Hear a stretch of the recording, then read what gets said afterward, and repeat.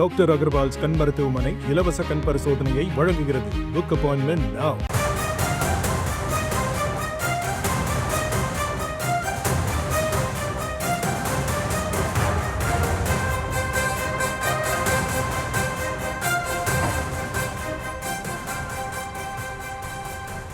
அண்மை செய்தியாக பார்த்து வருகிறோம்.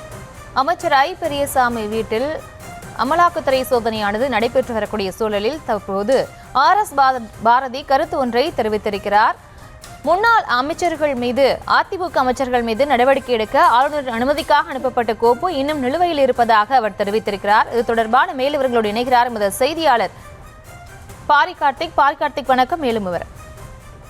வணக்கம். முன்னாள் அதிமுக அமைச்சர்கள் மீது மேல் நடவடிக்கை எடுக்க ஆளுநரின் அனுமதிக்காக அனுப்பப்பட்ட கோப்புகள் இன்னும் நிலுவையில் இருக்கிறது. தனது ஏஜெண்டான ஆளுநருக்கு அறிவுரை சொல்லி அனுமதி அளிக்கும்படி செய்ய வேண்டிய மத்திய அரசு எதிர்க்கட்சிகள் ஆளும் மாநிலங்களில் அமலாக்கத்துறையை ஏவிவிடுவது வாடிக்கையாக இருக்கிறது என்றும், ஈடிக்கும் அஞ்ச மாட்டோம், மோடிக்கும் அஞ்ச மாட்டோம், சட்டப்படி எதிர்கொள்வோம் என்று திமுகவுடைய அமைப்பு செயலர் RS பாரதி அறிக்கை ஒன்றை வெளியிட்டிருக்கிறார். அந்த அறிக்கையில் ஊரக வளர்ச்சித்துறை அமைச்சர் ஐ பெரியசாமி அவர்களுக்கு தொடர்புடைய இடங்களில் இன்று காலை முதல் அமலாக்கத்துறை சோதனை நடத்தி வருகிறது.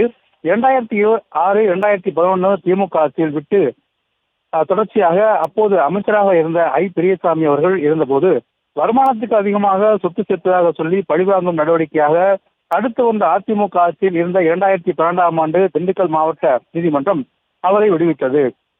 இதனைத் தொடர்ந்து சென்னை உயர்நீதிமன்றம் சமீபத்தில் ரத்து செய்த நிலையில் இந்த வழக்கில் சட்டவிரோத பண பரிமாற்றம் நிகழ்ந்துள்ளதா என அமலாக்கத்துறை விசாரணை நடத்தியது. உளவுத்துறை ஐஜியாக இருந்த ஜாபர் சேட்டு வீட்டு வசதியுடைய சார்பில் இடம் ஒதுக்கப்பட்ட விவகாரத்தில் அமலாக்கத்துறை கையில் எடுத்து விசாரணை மேற்கொண்டு வருகிறது. இந்த வழக்கில் 2022 அமலாக்கத்துறை அனுப்பிய சம்மனை ஏற்று ஐ பெரியசாமி விசாரணைக்கு ஒத்துழைப்பு அளித்தார். சுமார் 9 மணி நேரம் விசாரணை நடத்தினார்கள் அமலாக்கத்துறை அதிகாரிகள் என்றும், பல ஆண்டுகளுக்கு முன்பே பதியப்பட்ட இந்த வழக்குகள் அது காலம் வரையில் தலையிடாத அமலாக்கத்துறை திமுக ஆட்சி வந்த பிறகு தீவிரம் காட்டுவது அப்பட்டமான அரசியல் பழிவாங்கும் நடவடிக்கை என்றும், எனவே இது ஐ பெரியசாமி அவர்களுக்கு ஒத்துழைத்த பிறகும் கூட இன்றைக்கு திடீர் சோதனை நடத்தியிருக்கிறது, சந்தேகங்களை எழுப்புவது என்றும் அவர் தெரிவித்திருக்கிறார்.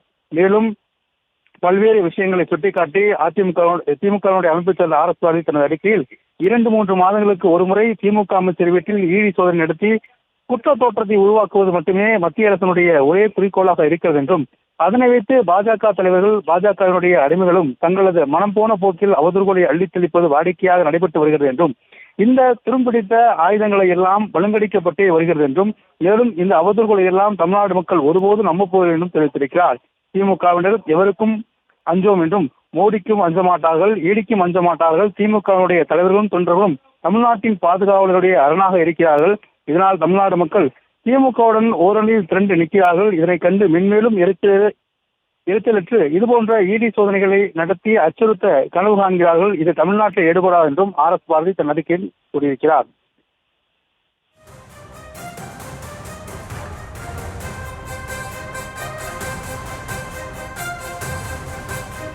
விவரங்களுக்கு நன்றி பாரி கார்த்திக்.